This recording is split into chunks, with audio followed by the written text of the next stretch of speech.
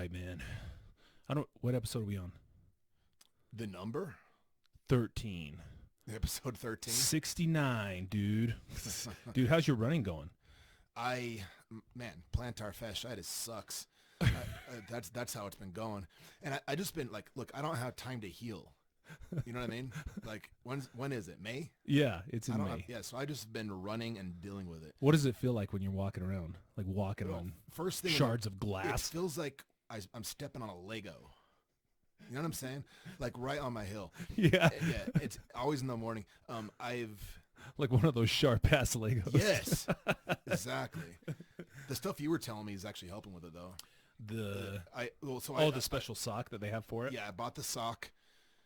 Been wearing that. That helps. And I didn't do the pantyhose trick. I splurged and spent the $20 on the actual splint. Yeah. I figure you like a good like Jimmy rig, you know, here and there. So I was like, oh yeah, I'll give him this one. Yeah. But I can see the application for it, but I don't know. Any other tips? I'm open. Oh, I do insoles help? I see the insoles at Winco. So so there's not at Winco. Well, that's just where I saw them. Well, I would go to a running store. I'm gonna splurge, and then you're like, yeah, I saw this stuff at Winco. I mean, nothing against Winco, but that's not for running, dude. Yeah, you're right. If you just Striders, I'll go to Striders. I don't think Striders still exists. It's not owned by the same people, but still Striders. And you let them know that you have plantar fasciitis, and let them know you have the sock. There is a thing that I think goes on your foot. It might be an insert, but it's not necessarily like I can't remember what it is. They'll work it out. So like you can run and still do it. And then of course any listeners that have any feedback on plantar fasciitis, like look it up first. Try to spell that, by the way, if you've never. There's 2 eyes in there. among everything else. Yeah. Dude. So how's your running going? Good. Yeah. Good. It's I'm trying to heavy like. Now. I know. So I'm trying to stay big and run at the same time, which I've never done. Like, well, no, I have done that in the past, and it's never gone well. It's always an injury. You'll like, break down. One area or another. But I figured because I'm getting older that I just need to do it that way. Like, you're getting older, so you can put more demands on your body. Yeah, I guess more intelligently. Like, I'm not injured right now. I feel really good. But one thing I can say is, like, when I was getting ready for my bench, I started to do like strength stuff and run. Oh man, I'm just so drained when I try to do anything strength wise. It's like at least 15% of my strength has gone away just because of running. Right. Yeah. So I'm like, okay, well, here's the thing though. When I go to the point of not running and just lifting, getting back to running is so hard. Really hard. And then when I go from just straight running to not lifting, getting back to lifting is so hard, like getting back to size. Yeah, your body doesn't want to. Well, I don't know about you, like the size thing, but also just on like a burst of power. Like I feel like I'm flat a little bit when I come back from running into lifting. Yeah, it just like doesn't have the same pop. Yeah, because I prioritize my running now, so I'm like, oh, and by the way, it's because we're doing what is it, Zion Ragnar? Yeah. So anybody down at Zion Ragnar, say holla at your boy when we're down there. We'll be intense this time. Yeah. What's our team name? Bloodbath and Beyond. That's been our team name forever. So good. Remember that one year we thought somebody stole it and we were going to start destroying their vehicle? Kill them. And then we're like, oh wait, that's just our teammates. Yeah. We're like ready to fight. Idiots. Yeah. I was super mad at that time. So hey, I was gonna run a couple things by you, like a couple of like penny for your thoughts type thing. One was a follow up from our last podcast that I wanted to show you. So have you heard of the new Russian vaccine? No. Do you know the name? Dude, you'll try to guess the name of it. The new Russian vaccine. Think 1980. Wait, no, earlier, 1960s. Let's see, that would be Close. Bolshevik. So Sputnik. Oh, really? Sputnik? It's like they just can't let it go. Like, we were in space first. Dude, yeah, well, like we know, dude. Yeah, like, what does that have to do with your vaccine? Yeah. It's like our vaccine's just rubbing it in. Yeah, it's like the tagline is our vaccine's out of this world.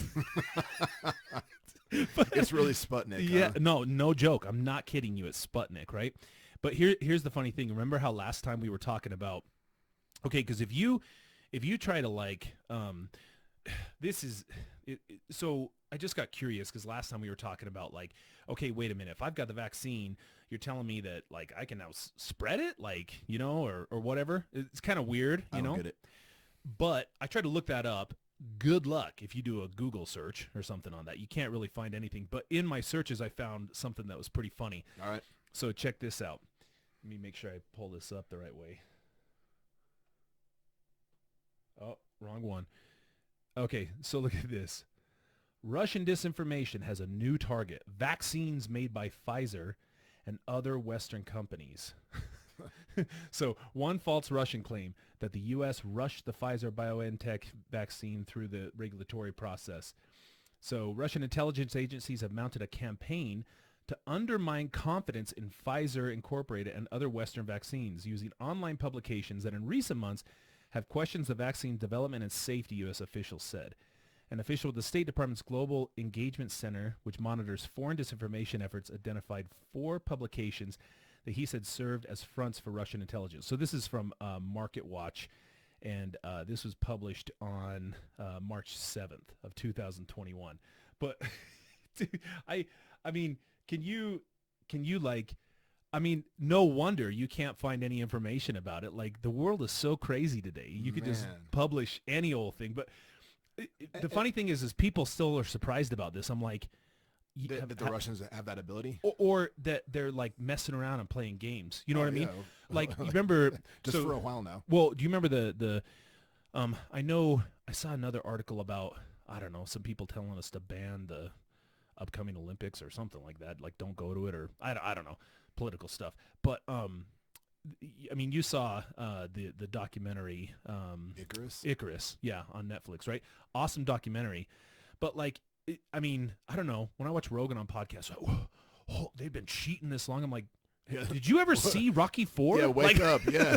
Drago was souped up, man. Yeah. Like, they didn't see those machines and the steroids. Yeah, yeah. I blatantly in that show in Rocky 4, they just show, and I love the amount that goes into him. It's like this, it's a gigantic thing just going into him, and it's all yellow and everything, and it's like you just sitting there. And I was like, yeah, dude, like everything I need to know all happened in Rocky 4. I've never changed my mind. There was this thing called the Cold War also. Like, I mean, yeah, they're not exactly shooting straight with us, man. Yeah. But I just love that no matter what it is, it's just shenanigans all the way around. Like, it always sticks in my mind, that episode of The Simpsons is like, in communist Russia, car drives you. Yeah. Like, in communist Russia, vaccine shoots you. Dude, it's so silly. Like, I just was like, no wonder we can't find any information on that. So I just thought I'd follow up on that one. No, the thing I was going to ask you was, okay, so I was on my way down to check out some office space in southern Utah this last week, right? And on my way down there, I stopped at a gas station in Beaver, Utah. Mm-hmm. You know, all those I love Beaver things. Holla. So I went into the bathroom, and like, you know, some bathrooms are like really nice. You know, especially like truck driver bathrooms. You ever notice that? Oh yeah, like in Scipio. Yeah, that's my favorite, dude. Yeah. The one with the petting zoo. Yeah, love it. Yep. So I like it when they have that little shelf above the urinal that you can put something if you want. You know, and obviously I wasn't putting anything there, but I did notice on the shelf there was some graffiti that was on there, and so I mean, first of all, have you ever saw bathroom graffiti that was just super profound and blew your mind and like changed the way you think about the world, like, ever in your life? Never once. Yeah. And I would wager that that's never happened to any human on this planet. No one's been like inspired by it. Right. Or like, oh, I never thought about it that way. So think about this. Like, you have I'm just wondering your thoughts on what happens to a person when so I looked at it and it said, COVID Diablo 666. Okay. I was like, okay, dude, you're one shot to communicate to the world of what your thoughts are on you know, a pandemic. Is you wrote COVID Diablo 666, and I know it was a white dude who wrote that. Like, you know what I mean? Yeah. Like, so I'm just, seems like a white boy thing. What do you think happens? What do you think happens to a person that in the heat of the moment, they have an opportunity, you know, they look around, coast is clear. Maybe the teller at the cash register says, "Hey man, I got to go out for a smoke, so just holler if you need anything," right? So now's my chance. Right. So you're in the bathroom alone. You know there's no cameras in the bathroom. You have a chance to do this, and you write COVID Diablo 666. I mean, come on, son. So I don't know What's the thought process? What do you think happens to people's minds? It seems like they lose it because I've never seen like a cogent statement that is like, yeah, man, you know what? That's true. That's right. You know, I've never seen that. Well, I think that we would need to follow your line of thinking a little further and develop a profile on such a person. You know, so we've narrowed it down to a white dude. Mm-hmm. You know, I'm thinking between the ages of 13 and 26. Ballpark. How many teeth did he have? Where was it, Beaver? Yeah. 3. Yeah. And I mean, maybe that's part of what he's upset about. Maybe like, you know, there's like an inverse relationship between the amount of teeth you have and your willingness to engage in bathroom graffiti. But I mean, okay, before we I can got get to you. the bottom of it, we have to figure out what type of person this is. We can't just start speculating if it could be anybody under the sun. Well, okay. Who writes on bathroom walls? All right. I did think about that, right? Mm-hmm. And what I would say is, okay, so when it comes to posting publicly something, look at people's like Facebook pages and stuff like that. Nobody's, I mean, for the most part, nobody's posting bathroom graffiti on their Facebook stuff, right? I mean, everybody's worried about like, I mean, even when we post stuff on our alphas like Facebook page and stuff like that, it's always inspirational quotes, and I try to kind of get at like quotes that, you know, I look for ones that are just kind of more like badass quotes, you know, like ones that are a little bit more raw, not like, you know. Yeah, people are posting their highlight reel. Sure, Yeah. sure. So to me, I'm wondering like the bathroom graffiti is almost like the one a place where you can post something that is a little bit more raw and to the point of where your, you know, kind of where your life views are, right? Okay, yeah. And here's my example is, and I don't think it's limited to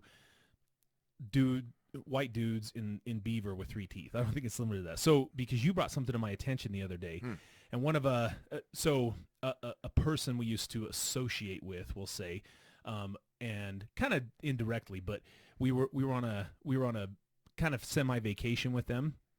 And we were down in Moab, right? And we came across this wall that had and it was a big red rock wall. I had to work to get through that. Mm-hmm. And they had like a fire pit, and there was some charcoal, right? And people had posted all kinds of hippie stuff, you know, on there. And all right. Now, this individual who's, by all intents and purposes, like one of the most woke people I know, I think. I mean, I don't really, again, not somebody we're super close to, but they took the opportunity to write F all N-words, swastika 666. Do you know what I mean? Like, yeah. And it was gigantic, right? Like unmistakable. Right. And at the time, I'm like, whoa, you know, like I mean, and like whether or not you thought that was funny or the heat of the moment, like. There was a spot there where nobody was watching and you can get away with something. And maybe it was just shock value, like for us, trying to get a laugh out of us or something like that. But, I mean, you know what I'm saying? Like when nobody's watching, what do you post? What do you say to the world? Oh, so you're saying that, like, maybe in a way, like the bathroom graffiti is, like, a true manifestation of what a person genuinely feels. It's like it's an inside peek unfiltered into their head because they have the anonymity. It's not like on Facebook where you have a reputation to maintain, so you post the motivational quotes and the vacation photos and best life, hashtag gains, or whatever bullshit. No bad vibes. Yeah, no bad vibes. Like, since there's an anonymity associated with graffiti on a bathroom wall, that's like a true window into the soul of the person.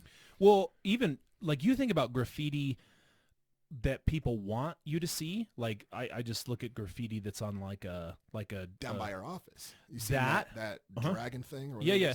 And that's kind of a mural, right? Oh yeah. Sure. But I'm talking about like graffiti like on a train car, you know? Mm-hmm. I think the artists they're not putting Diablo COVID 666 or, you know, they're not doing things like that. They may put their name, but they do it in a really stylish way, you know, whatever. and they're trying to get the word out. But I think, and they're trying to get recognition, but it's just, see, and I don't know if it's they just get caught up in the moment and maybe they're trying to shock themselves or what really it boils down to. I mean, a lot of it is kind of, I don't know if it ties into our topic today of like you're just in the heat of the moment when you're, and I don't know why you get worked up about putting bathroom graffiti or something on a rock wall in Moab, but it seems like, man, people really need to calm the hell down and think about what this message is going to convey to the world. What I want to communicate to the world. Yeah, even though you know it's not you. You know what I mean? Even though you know it's not you. I mean, is this the message that you... Because nobody signs their name, and quotes themselves on bathroom graffiti. Yeah, well, I mean, depending on if they're offering their friends services.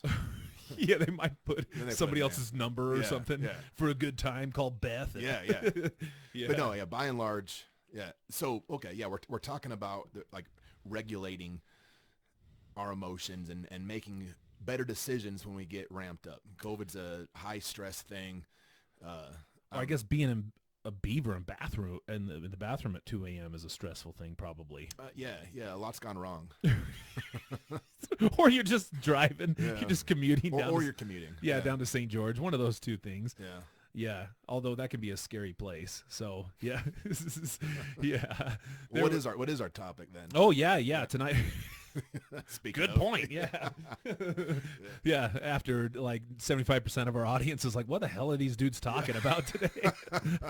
That's 2 podcasts in a row where we've done a pretty lengthy opening. I know, but I had to get your thoughts on that, like just where those things come from. But it's our podcast, bro. I know.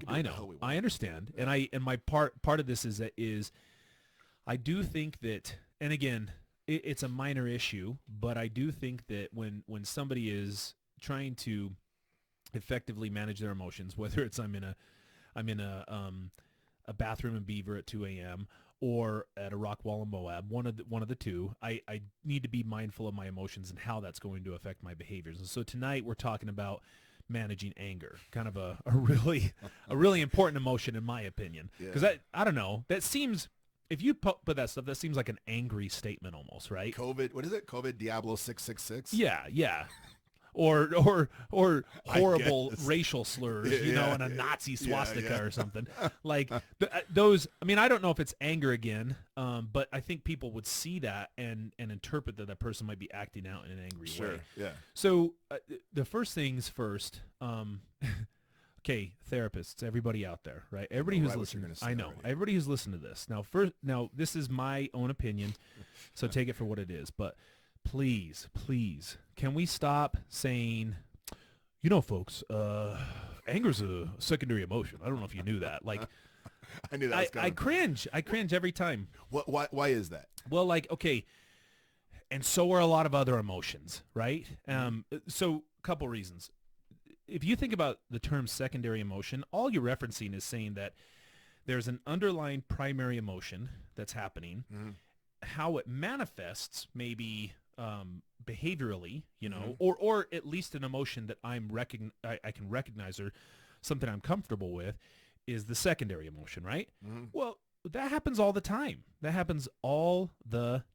Okay? Like think about people who maybe are really super uncomfortable, and instead of like embarrassed almost, right? And instead of feeling embarrassed, they laugh like there's something funny happening, right?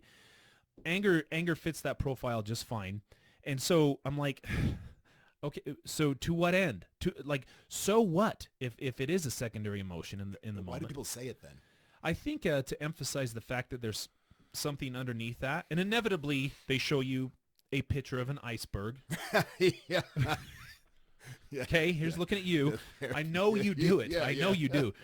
They show you a picture of an iceberg, and they say, "See what happens with anger is anger's right here, and or no. There's a quiz first. They say, anybody know what happened to the Titanic? And you gotta set it up. Yeah. It hit an iceberg. It hit an iceberg, and then I'm always like, yeah, and then that selfish chick didn't trade spots with Leo, and enough times, and he drowned. Made room for him. Oh, dude, yeah, totally. Yeah, anyway. Or at least just trade for a minute. Like, Just let them get warm. yeah, right. Yeah. Like, hey, can I get warm for a minute? No. Yeah. That was on the director's cut. Yeah. So then they show all these things underneath there. Okay, fine. I'm not necessarily disagreeing with that. It's just that's a lot of emotion. That applies to a lot of things. And it's not reserved for anger. And what I think that does, and I've heard clients tell me this, is I think it invalidates the fact that they're experiencing anger. Like, they're experiencing anger, and it's almost telling you shouldn't be experiencing this, because really what's happening are these things, right? What I'm saying is, okay, look, I don't disagree with you, but let's validate the anger first. I mean, if you think about motivational interviewing, if somebody says something that's, I don't know, maybe untoward, in a therapy session, I don't really like challenge them on it and judge them and place a value judgment on their statement. You affirm and reflect. Yeah, I affirm the emotion that's likely expressed in their statements. I don't because I'm trying to open that up. So I think when you're educating clients on this, you have to be very careful to not invalidate their anger, because people are going to shut off and they're like, well, yeah, I may, or tell themselves I shouldn't be experiencing anger. And I would say on the second part of that is anger is probably the most frequent emotion an adult male is ever going to experience. If not, I mean, other, females as well. Like, I mean, I think everybody experiences anger, and it happens. Like, there's no getting away from it. So, at times, yes, can we look back on that and try to break this down and say, well, yeah, what's really happening here? Can we get more comfortable with our emotions? I think that's probably wise, but can we validate the anger in the first place is a pretty significant question for what we're doing. Yeah. As far as validating the anger, I don't know about what you do, but I'll often bring up like adaptive traits, and I'll usually lead off by talking about fear, because fear is the easiest adaptive trait to explain, fight or flight, whatever. And, anger, I'll explain, is that's also an adaptive trait. It's your body or your mind, wherever anger comes from. It's letting you know that you're not okay with something either in your external or internal world, and that's emotional energy designed to motivate you to change it, whether that's sticking up for yourself, curb stomping somebody if needed, Hopefully like, not. Yeah. It's never needed. But like it's emotional energy designed to meet, and so it's adaptive, it's normal, it's healthy, and it's just like the main thing, and this is where I think all therapists, even for those of you that are like secondary emotion people, can agree that it's the behavior that is the problem, not necessarily the emotion itself. Now as we get into this, we'll see that maybe anger can be disproportionate to whatever the activating event is, whatever the triggering thing is, and that's a lot of what we're going to get into. That's the managing of it, putting things into context, taking a look at the thinking that drives the anger, but ultimately it's a good thing. Like a big reason that you and I are here having this conversation is that our ancestors had a healthy grasp of some of those primitive primal emotions that lead to adaptation and therefore survival. It's needed. Yeah, I think it's almost equivalent to I just think when I'm hunting and I think about animals that are prey, big things, you want to be super quiet. They're so attuned to their environment, and it seems like they live in fear, but it's super functional for them, because without it, Their lunch. right. And so now human beings, just because of our brain development, I think we experience emotions on a whole other plane of existence, but those are no different than an animal's instinct. Those our emotions are just a survival mechanism. It's a pretty sophisticated survival mechanism. And don't get me wrong, I'm not saying that, because you get frustrated because of a memo that was sent out or something like that. Like that's a survival mechanism. That's not necessarily, it's not like you're going to die. That's not what I'm saying. I'm saying it's adaptive, right? And that emotions are just like alarms. They're alerts that, hey, something important is happening right now. And one thing I think you can do, and this is why I don't, the cynical side of me says it's just therapist bait saying the whole secondary emotion thing. But the the side of me that just wants to err on the side of like, okay, they probably have their best intentions. I think people say that because they think it's going to be meaningful for a client, and what they're trying to do is help a client really grasp onto, well, what's the emotion that's truly driving this anger? You know, what's really happening there? Because that has some work to be done. You know, you can modify your thoughts around that versus I'm just pissed off, right? But the problem is can you do that? Can you do that with? Can you say, well, you know, anger is a secondary emotion? Can you do that without making somebody feel A, like they're dumb, or B, like it's not normal to experience anger, and making anger bad? There's no such thing as bad or good emotions. Emotions are neutral. They're just emotions. Now, I can have an opinion about emotions that I prefer and emotions that I don't prefer, which is also great. I mean, both are still have a lot of value that comes into my life, but I don't want to, you know, tell somebody you're wrong for feeling angry. You're not wrong. There's no such thing as a value judgment on emotions. It's what emotion are you experiencing? How can we regulate it? Those are the questions I want to ask. So like in an attempt to, like a well-meaning therapist, in an attempt to maybe be profound or provide some context of, you know, the way that anger can be a protective mechanism, they might unintentionally invalidate their client's anger by, you know, making them feel as though it's not the correct response or the correct emotion for a given action. I think so. I think they'd be like, for example, if I'm doing cognitive behavioral therapy, I think a client might, especially if they're trying to like look good, they might not want to list anger as an emotion they experience in response to some sort of thought or situation that's happening in their lives, right? I think they would shy away from that. So as, you know, an attempt to please the therapist who has now told them, hey, that's a secondary emotion. You're a dummy. And nobody calls clients dummies. I'm just saying that making a person feel like that they shouldn't be experiencing that it turns into a problem. And I think rather than that, just embrace it. No, when I say embrace anger, that doesn't mean flip out. You know, there's rules to this. And I think, so like anger management is kind of funny. I've looked at a lot of anger management programs, and there's not a whole lot of evidence to support of like straight up anger management stuff, you know, in terms of like a therapeutic process, just focusing exclusively on anger. Sometimes just like almost like used as a punishment. Like, you know, I remember I got into a fight as a kid and, you know, long story short, I won. So anyway, after talking mountains of crap, the kid went on to go tell on me. So that was super cool. And then I was court ordered to go to anger management when I was a kid, right? You did? Oh yeah. It didn't work. Oh yeah. Of course it didn't. Yeah. Well, and I mean, you can tell me if I was justified or not. I don't think it's ever. Here's the thing about anger, and before I give you this disclaimer, there's 4 rules with anger, okay? I tell clients you can get as angry as you want. Sky's the limit.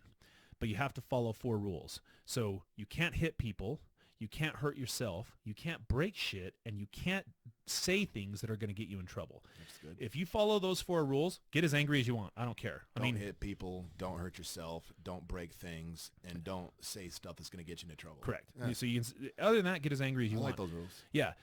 So, I mean, so there's a kid, and I think I was a junior in high school, and he was a sophomore. So immediately we're at war, right? Because that's how the hierarchy of school works.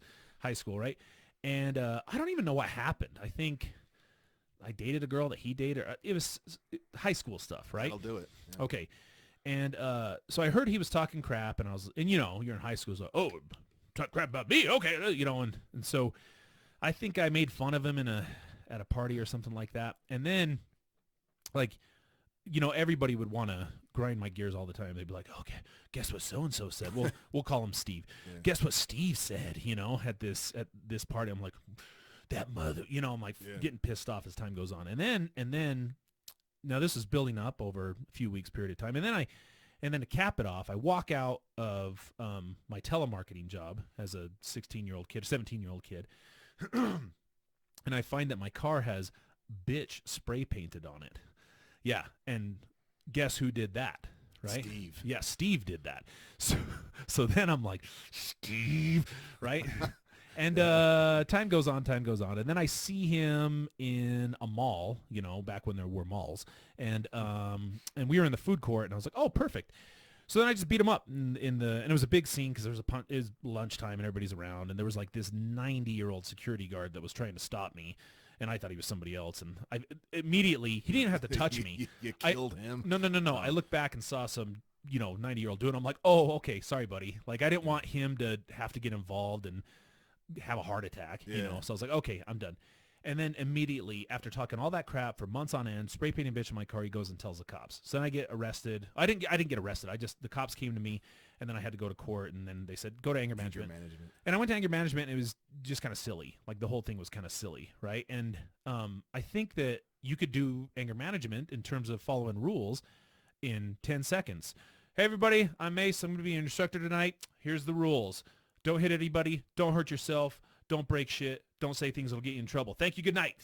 And as long as you're following those, we have anger management. Now, how that manifests behaviorally in people's lives, I don't think that does much for teaching them an actual emotional regulation technique, which is what we want to do tonight and kind of do as a clinical skill for the people listening and watching. Yeah. But that's really all it was just, telling you, don't do this, don't do that, don't do this, don't do that. Not like, notice what you're experiencing, embrace that, kind of pick something to distract you temporarily from it, think about that differently, and come back to it a little bit later. Like it's a lot of the stuff that we do. Basically what we're doing. Yeah, exactly. So it was just kind of nonsense back then. I don't think it helped me whatsoever. Yeah. It actually made me more angry. Yeah, well, even before we jump into the curriculum stuff, I just wanted to tie up a loose end with the whole secondary emotion thing. Yeah. So people will, because again, I know there's therapists right now listening to this that will say like, well, hey, what did you say? Yeah. Busting sacred cows all over.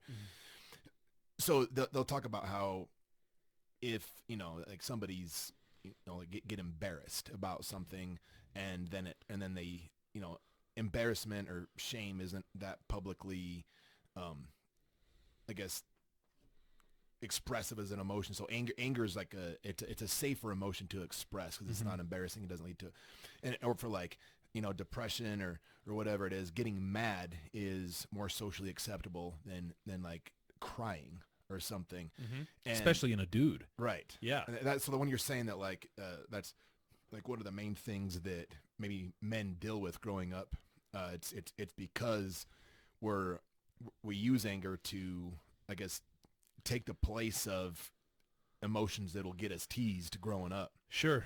And I think even, and that reflects in, just think about like movies and stuff like that, right? Like even movies, like think of the most badass movies that you love as a kid, or Predator. Nobody's crying in Predator. Not one person. Right. Okay. Nobody was crying about an alien. And truth be told, some dudes probably would be crying about some of those things, right? That'd be terrifying. And instead, dudes are getting their arms shot off with lasers and still trying to kill the dude. Like it's and well, yeah, hell yeah. Like those are, as a male, I think our culture is designed to teach you to shy away from emoting anything except for something that's acceptable, which is anger. And now I'm not saying it's like societally driven. I'm saying that reinforcement is when I get angry, that's just more socially acceptable than if I were to cry, which is not super socially acceptable. Like that's sometimes, and trust me, here's the thing about this.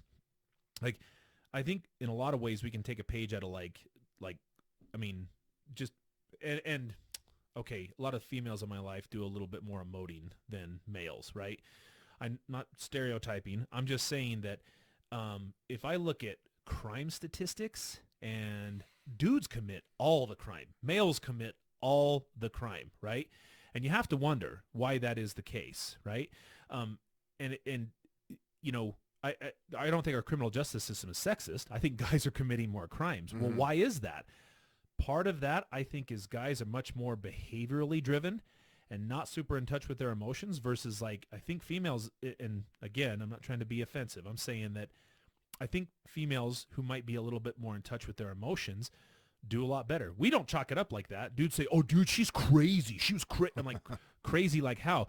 She was crying and yelling. I'm like, okay, but did she do anything? Did she break anything? Did she hit anybody? Oh, no. She was freaking out, dude. I'm like, I think I prefer that. Like, Yeah, they might be onto something. she's just getting angry. That's it, right? And or anybody for that matter. They're crazy. No, they're not crazy. Being more in touch with your emotions and managing them in an appropriate way is a good thing. You know what I mean? There's nothing wrong with that. And we could take a page out of a lot of other people's books. Guys who have a hard time with that, I think, is something. So if you don't want to take a page out of their books, and we got a lesson plan for you, don't we? Right. So we tried something new here. We were gonna let's see here. There. Oh, I did it again. There we go. Okay. So we put this onto a little bit of a slideshow for you guys. Look at that fancy. They can see that, huh? Oh yeah. Dope. Oh yeah. That is dope. So basically what we're trying to do is when we do a clinical skill, we at least want you to see this. So for those of you who are just listening to this, you'll still get the general idea because we're going to talk about this exhaustively, obviously. But those of you who want to see the clinical skill and kind of take notes, obviously check out our YouTube page at Guerrilla Social Work on YouTube, Guerrilla Social Work Podcast on YouTube. So let's get into this next part. So anger's influence on our behaviors. So this is just kind of a good question, and this is for anybody. So I'll kind of pose this question to you since I've already disclosed my piece. So have you ever made a poor choice as a response to feeling frustrated, irritated, or angry? Of course, yeah. So tell me what that was. I've been rude to people that I love and said things that I regret. And, you know, and it's oftentimes is me being rude was disproportionate to the thing that caused it. Yeah, man, that is the lamest answer I've ever heard in my life. I'm not telling the other ones. I'm not sure if the statute of limitations Yeah. has run out on these other horrible things that I've done in my lifetime. Yeah, we'll keep that one's for the podcast. I've been rude. Yeah. So this would be a question that if you're running a group setting or with your individual client, I think is just a really, it's a close-ended question. So, but you can ask them to elaborate, right? Tell me about a time. I love tell me as an open-ended question. It's a demand. It works, though. I know. Yeah. It's like my default. If I can't think of it, I just go to tell me. Tell me more. Yeah. Tell me if you ever made a poor choice as a response to feeling frustrated, irritated, or angry. And what you're intentionally doing there is trying to get them to personalize the subject matter about which you're going to talk. Like, we're going to talk about this subject, and I want you to give me an example. And then I'm going to pull from that example from there, right? So the other thing is we want to help the client understand how risky situations lead to risky thinking rather, and feelings of anger and hostility. So this brings to mind for me, I've got endless examples, but of why I don't golf anymore, because I used to golf, and on one occasion with my buddy Alan, shout out to Alan Falls. We were on a golf course, and I don't know what it is. I do not know what it is. And everybody tries to explain this to me. Like, I talk to golfers, and they're always like, "Oh, you just got to take it slow. Keep your head down." I'm like, stop giving me pointers. I don't need this. So I was on a golf course, and I had to do like this tiny little like 1 foot putt, which is nothing, right? And I already had a bad day, and I missed the putt. Okay, and this is after several holes that was horrible. So I immediately, of course, break my golf club. Naturally, right? And then I saw something that was really amazing because there was a shovel right next to the green, right next to the putting green. Oh, no. And I was like, if I can't get that little ball into that little hole, I just need to make that hole bigger. So I grabbed a shovel and I dug a huge hole on the green. And if anybody knows about golf, like, they keep the pristine courses, right? Especially the greens. You dick. So I dug a huge hole. And then I putted, I almost missed too. I putted the second one in with my broken golf club and then threw it out. And now this was a golf course that's right next to a road, and it landed in the road, right? And for whatever reason, like when it pinged off the side of the road and then a car drove by, I was like, man, like, first of all, what if somebody saw me being a lunatic right now? I'd have to pay for this, right? And so I took care of it, everybody. So, but then more importantly, what if I threw that golf club and it went through somebody's like windshield or something, right? And caused a problem. It's a risky situation. Okay, guess what? I don't have to golf. There's no rule in this world that says I have to golf. And it's not necessarily enriching my life. And so I get to make a decision. It's a risky situation that I'm simply going to avoid. I'm going to stay away from it because why would I put myself in there? And I know I could work through this. I know I could. But why? I don't need to. I don't need to golf. I just stay away from it. So I think first and foremost, Avoidance. yeah, if you can avoid, people, places, things, the nouns that, that surround us of things that may trigger that anger, if you can avoid it to the degree it doesn't disrupt your life, please do. It's the simplest way to manage risk is just avoid it, right? But if we can't, what else can we do? Can avoid that risk. What do we got to do? Yeah, well, escape it. It's our only other option, really. Yeah. And I think if we recognize a situation that, because we can tell everybody to avoid it, but Shit comes up. yeah, I mean, if it's a coworker that you just cannot stand, and a lot of us kind of know a person like that or have known a person like that, and you got to work with them, how can you avoid that? And quit your job? So now now it's starting to impact my life. So, so one thing we say is on this is what sort of physical cues, and this is kind of our first point of contact. If we can avoid it, good. Now, if you can't, now we start moving to the next piece is what sort of physical cues and body language alert you that you are angry. So for you, how do you, physically, how do you know that you're angry? I get like a tension kind of between my temples. The way I explain it is it's almost like my vision gets shaky kind of.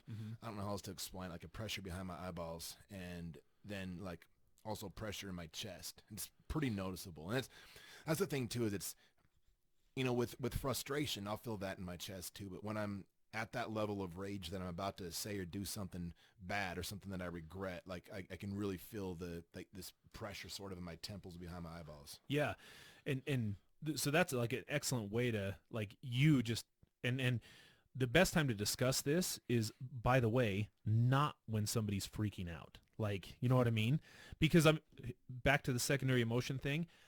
I promise you in the history of dudes or gals who are freaking out and going ape, the last thing nobody's ever stopped to, what am I really experiencing here? Nobody. They're already emotionally gone at that point, and they need to calm down first things first before I can start to process that stuff. And again, get as angry as you want. Just don't follow our rules, right? So body language wise, and for those of you who kind of want to clarify, and this is useful for clients to know, is okay, what's the difference between body language versus physical cues? Physical cues is something I experience. Body language is something somebody else can see. So if somebody is seeing you being angry, what would they notice? Probably I'm probably not no eye contact. I'm probably looking down or looking away. Eye contact infuriates me more oftentimes. Yeah. And maybe pacing. I don't think I have the typical I'm not puffing my chest and doing the lat flare thing. Yeah. So it's probably more it's just a normal day of Vasa. Yeah, exactly. So I'm sure you got something to say on this. The way cheesy as it might be, that I remember this as cues and clues. Yeah. A cue is an internal sensation that you can recognize that you're experiencing something. So the tension behind my eyeballs. A clue is something that someone else can tune into. They're picking up a clue that I'm angry through my body language. And that's just how I teach it to clients. Cues and clues. Cues and clues. Yep. Okay. Versus, physical cues and body language. Yeah. The main point is that there's sources of information a client can use beyond comprehending and identifying the emotion. Right. Because what we're saying is initially is that they may not be attuned to the fact that they're experiencing an emotion in the first place. And especially, some people who have, for whatever reason, distanced themselves from their emotions and they just don't like to be in touch with them. That's naturally what they're going to do. So we're giving them ways to start to learn how to be better at identifying their emotions. And that's the best places to start, because you can't avoid those things. You can't avoid the physical cues that are brought on by this, and you also can't avoid the body language that accompanies the physical cues. So kind of our next piece. Ooh, fancy. So once we recognize that our physical cues and body language is key to with some highly emotional states, and the reason why we want to do that too is, emotions, I think an important part to clients is that emotions that you do well with, like some people, happiness is probably a really popular emotion that people do fine with, right? When I'm happy, I do okay. But not always. Sometimes people, when they get happy, they, for whatever reason, want to enhance that happiness, and then they go celebrate.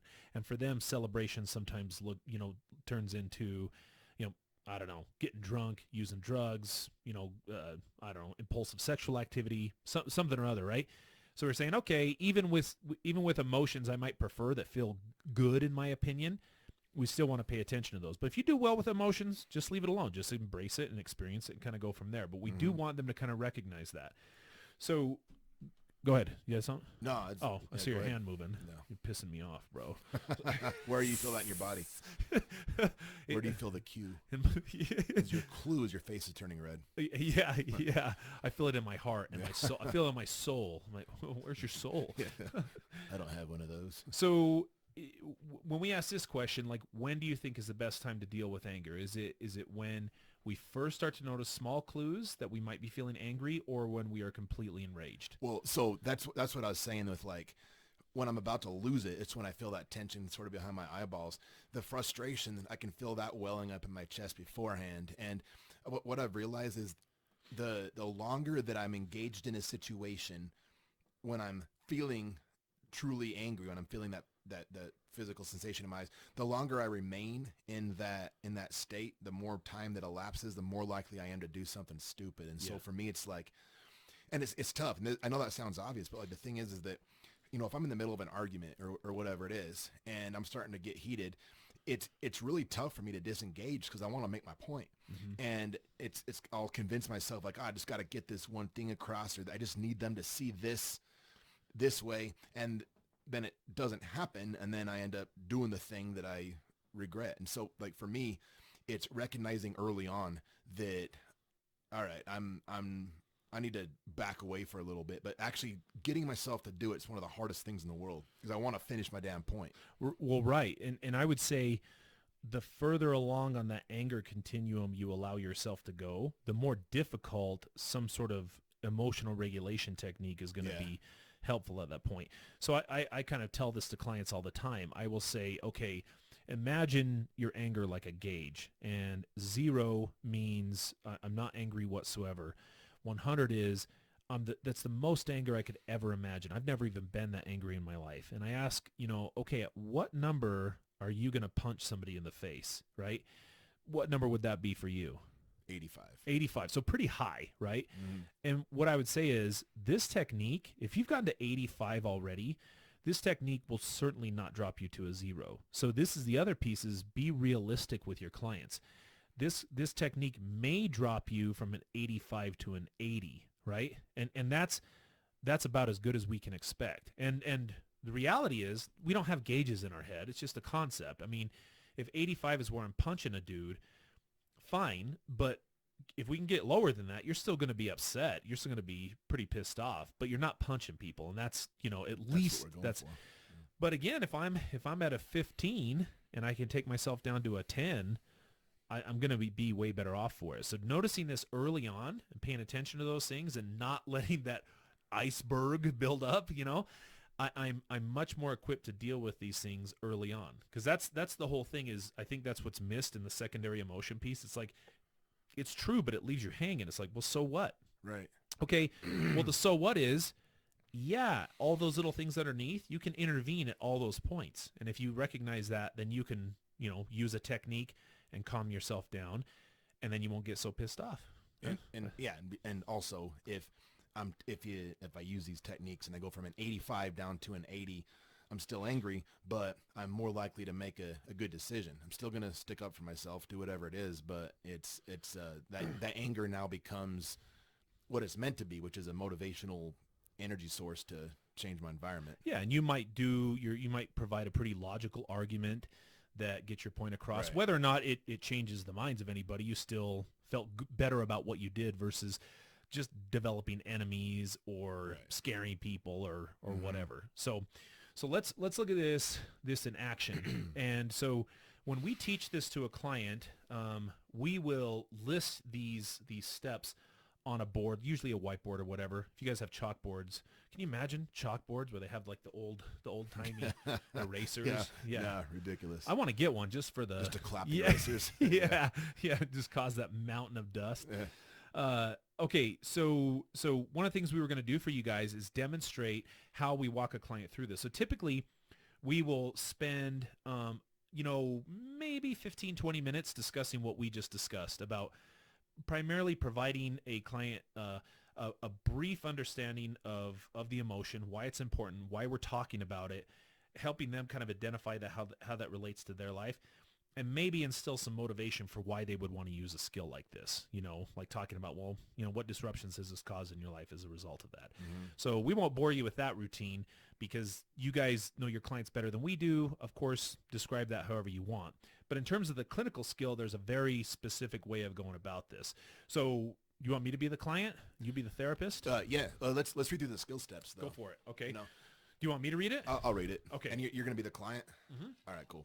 So this would be if I'm the client, you're reading this, and you're going to even read it to me, and I'll bring those up, right? Excellent. Okay. And also, because there's going to be lots of listeners that aren't tuning into the YouTube, so sure. Just this is written on the board if you're running a group, right? With chalk. So skill step 1 is identify the risky situation triggering your anger. That's a thinking skill step. We separate thinking from action skill steps. So again, that's just finding out what the thing is triggering the anger. And one thing I'd say on that, a simple way of, I think clients often get confused between thinking and action steps, mm-hmm. because it's not a verb. It's not that you're like, if I identify the risky situation, that's a verb. I'm identifying something, right? That's not it.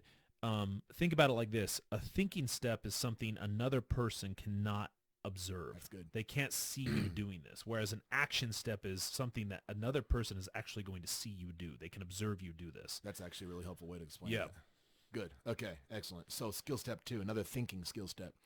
Identify your thoughts, feelings, physical cues, and body language. We've reviewed that. Skill step 3, another thinking skill step.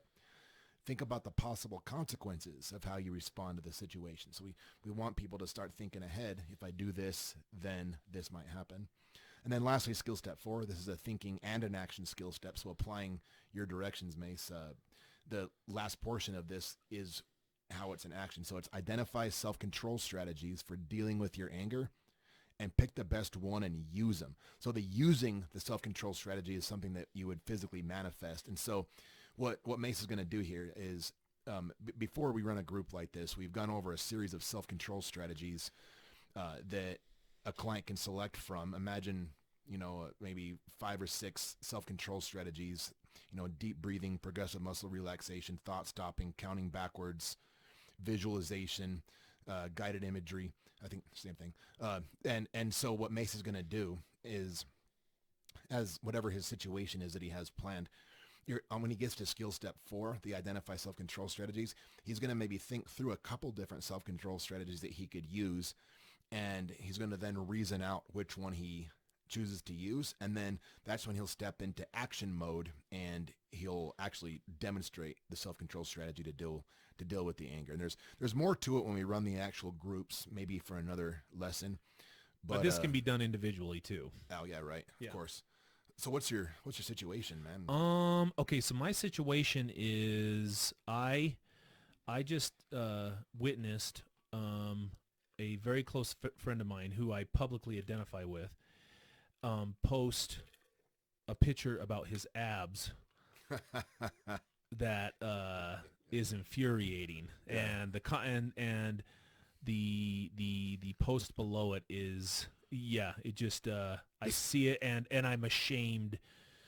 I'm ashamed to be his friend and pissed off about it. Well, I think the listeners need some context. Describe what's wrong with the abs in the picture. Well, so they don't look like abs. Okay. Number one, they look like a sunburnt back, and this particular friend, and I'm kind of just making this up as I go along, but this particular friend wrote, summer abs on there.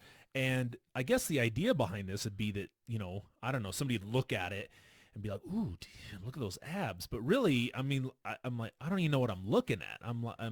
Is that a package of hot dogs or you know, and you know, so I got to think about, God, man, I'm gonna go where people know that we're friends, and they're gonna make fun of me because of something he wrote, and like, you associate with that guy, And that's so why you're mad. that's why I'm pissed off. Yeah, Okay. it's pretty irrational. I get it. That's why I'm kind of trying to, you know, make something up and be silly about Right. it. But yeah, Okay, excellent. So listeners, be listening for Mace to nail those skill steps.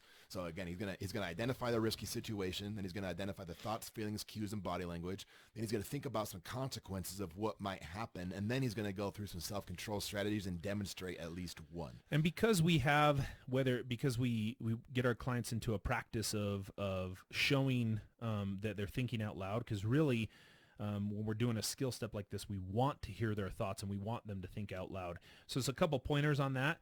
Is pointer number one is point to your head. We have our clients point to their head primarily because it's a cue to the audience who's paying attention to that, whether it's an individual therapist or whether it's a group of folks that I'm thinking out loud, and that's what you want to pay attention to. And another thing I try to tell them is, when you're thinking out loud, try not to look. Maybe just look at the board so you're paying attention to the skill steps, but try not to look at a person, because you're just like talking to the person and it just becomes awkward. And then you're like trying to get them to agree with you versus just trying to do a free flow of thought. So look at the board, look in the air, whatever you're doing helps clients kind of go from there. Okay. So, all right. So the risky situation that is triggering me at this point is I logged on to my MySpace account and I saw a post from my friend, and at first I thought it was a joke, but then I was like, wait a minute, I know this guy, and that's not a joke. And it said, had a picture of a slab of meat, and it said summer abs underneath this, and there's no anything to resemble an ab on the entire picture. And I thought to myself, how dare he?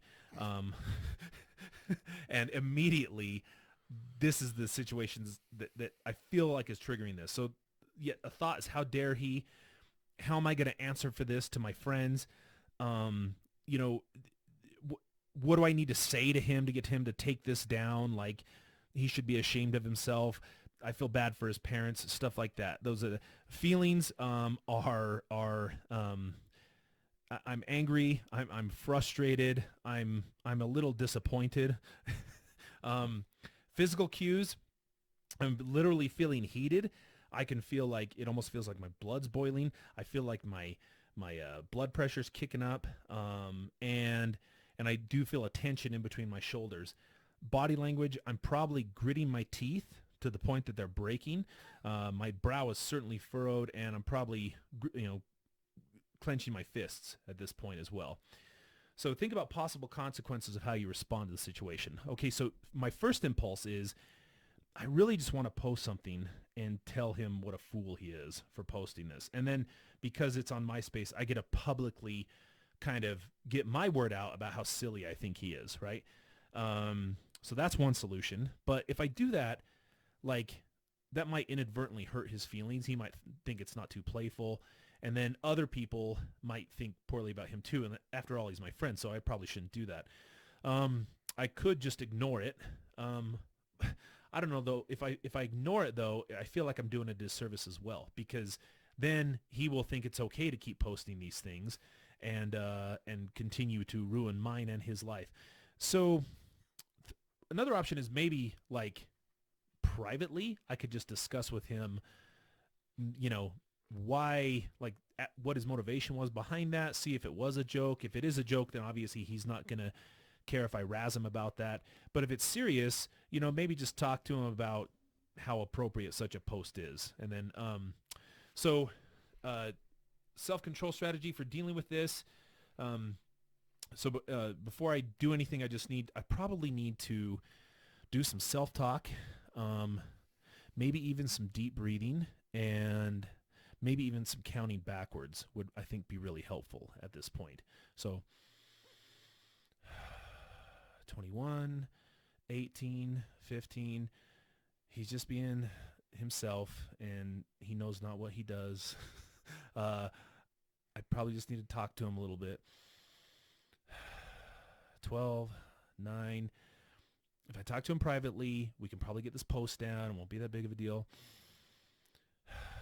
6, 3. Okay. And that would be how we demonstrate that. Yep. Yeah, textbook. Yeah. Yep. So, and here's the thing. When you're walking through that again, like, I know counting backwards, deep breathing, and some self-talk, I'm still, depending on the situation, I'm still going to be kind of upset. And tell them that. Give them permission to still be upset. But are you doing something that would be detrimental to your friendship, or are you doing something that's going to hurt somebody's feelings? Yeah, does it break the 4 rules? Right. That's then the question that comes back to that. You know what I mean? Like, so yeah. So that's manage your anger skills. And then after that, we give them feedback. How do we give them feedback? So if we're doing it in a group, before you would have gone into this, I would have assigned people in the group specifically to watch you do each of those skill steps. So I'd have had Johnny watch you do skill step number 1 and make sure that you picked out a situation that was triggering it. I'd have James watch you do skill step 2, identifying the thoughts, feelings, physical cues, etc. I'd have Billy watch you do skill step 3, identifying the consequences, and then Dave would watch you do skill step 4, which is the self-control strategies. And so they would go through and they would point out what you did right or what you did wrong, and offer any feedback for you. And then once they do that, me as the facilitator, I'd check in with you. I'd give you a chance to see how that went for you, what went well for you in the role play, anything you do different based on the feedback you got.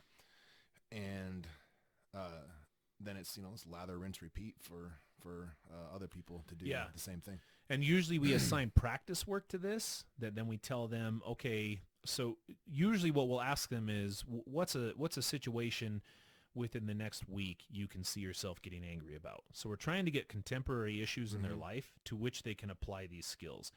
And then we say, okay, so we want the client to leave our individual session or a group therapy session feeling confident about using the skills. So they've just demonstrated it. And this is make-believe. We're playing dress-up. I get that. But now they feel better about using the skill. And we say, okay, so you're going to have to deal with your boss. You're going to have to deal with your coworker. You're going to have to see your buddy's silly posts. And we want you to try to use the skill. And the practice work is essentially rate yourself on what was the situation, rate yourself on how well you did, and if you were to do it again, what would you do differently? And then next week they check in on that, and then, we wash, rinse, repeat from there. You said, like, you kind of covered this, but I really like to get them to try to forecast the situation in which they can use these skills. I mean, sometimes you can't always do that. I mean, we don't always know the situations that are going to make us angry, but it is pretty easy working with the guys at the prison to help them find situations. They have plenty of sources of anger. Plenty of sources, yep. And so I try to sell them on it, like, before a fight, a fighter will watch tape on his opponent and try to, see tendencies, try to see any strengths or weaknesses, find out kind of how they act, and say, like, you're doing the same kind of thing. You're maybe doing it. You're developing a game plan ahead of time, and if you know that, a fellow inmate or, your boss, for that matter, for the guy as an outpatient, if you know that more than likely there's a really good chance that this is going to go down, that you're going to be confronted with this, like, already have it in your mind that you're going to have this skill locked, loaded, and ready to go, and already have it in your head. If you can anticipate it, because the hardest part about therapy is, like, remembering to apply it in the moment. And if you can already have that, like, okay, this will happen this week, I'm gonna be ready for it. And then in their head, when that situation does happen, another inmate's causing anger, or his boss is being a dick, or whatever it is, before he even attempts the managing anger skill step, he's already kind of got it in his head and he's predicted it, which sort of takes some of the steam out of the anger, because it's like he called it anyway. Like, oh yeah, I knew this was going on. If there's an element of prediction, there's also an element of control in there too. Yeah, for sure. So that's good. So that's a clinical skill of managing anger. So any questions, clarifying anything that you guys need, we'd be happy to answer those. We appreciate all the new subscribers. But please hit us up if you guys have any questions about those. And so use this obviously when you're angry, and of course, use an emotional regulation skill before you mark graffiti in the bathroom, for God's sakes. That's a good closing lesson. Yeah. Or at least make it more meaningful. So Yeah, meaningful graffiti only, folks. there you go. Yeah. Okay. All right. We love you guys. We'll see you in a week. Or wait, in a week. I should make that claim. Don't promise things. Whenever we We'll get see you in a around bit. to it. See you guys. Yeah.